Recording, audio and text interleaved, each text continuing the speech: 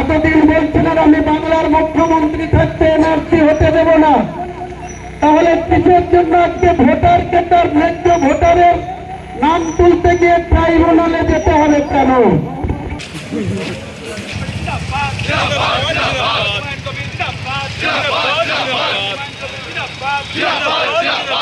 SIR ইস্যুতে এবার বহরমপুরের পথে প্রতিবাদ হুমায়ুন কবিরের।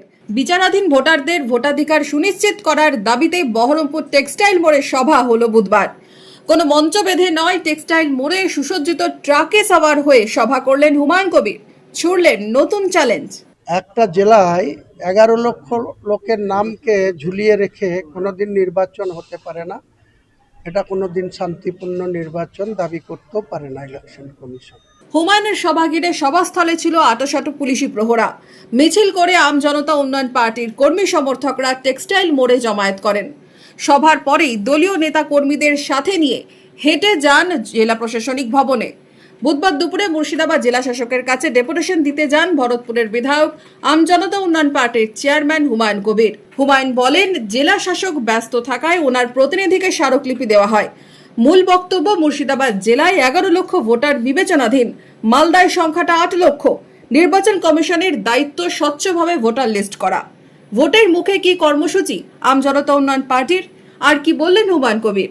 পরিকল্পিতভাবে কেন্দ্রের বিজেপি সরকার আর ইলেকশন কমিশন, তার সঙ্গে মমতা ব্যানার্জি, উপরে মমতা ব্যানার্জি নাটক করছেন, তিনি ধন্না মঞ্চে থাকছেন, সেখানে নাচ গান ফুর্তি হচ্ছে, আর বাংলার মানুষকে, মুর্শিদাবাদের মানুষকে ভোটার লিস্ট থেকে বাদ দিয়ে ভোটার লিস্টে নাম তোলার জন্য বলছে ট্রাইব্যুনালে যেতে হবে। এটা আমরা কোনো মতেই মানছি না। ডিএম তো মূল দায়িত্ব থাকে, প্রত্যেকটা সিটের একজন করে বিডিওর অ্যাসিস্ট্যান্ট আধিকারিক থাকে এবং এসডি মানে জেলা লেভেলের জুডিশিয়াল ম্যাজিস্ট্রেটের র্যাঙ্কের অফিসাররা, এডিএমরা থাকেন প্রত্যেকটা বিধানসভার দায়িত্বে।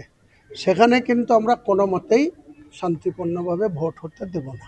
বিধানসভা ভোট সামনেই ভোটের মুখে ফের হুঙ্কার হুমায়ুন কবিরের। সরগরম জেলার রাজনৈতিক মহলও। Bureau report, Imagine Community media.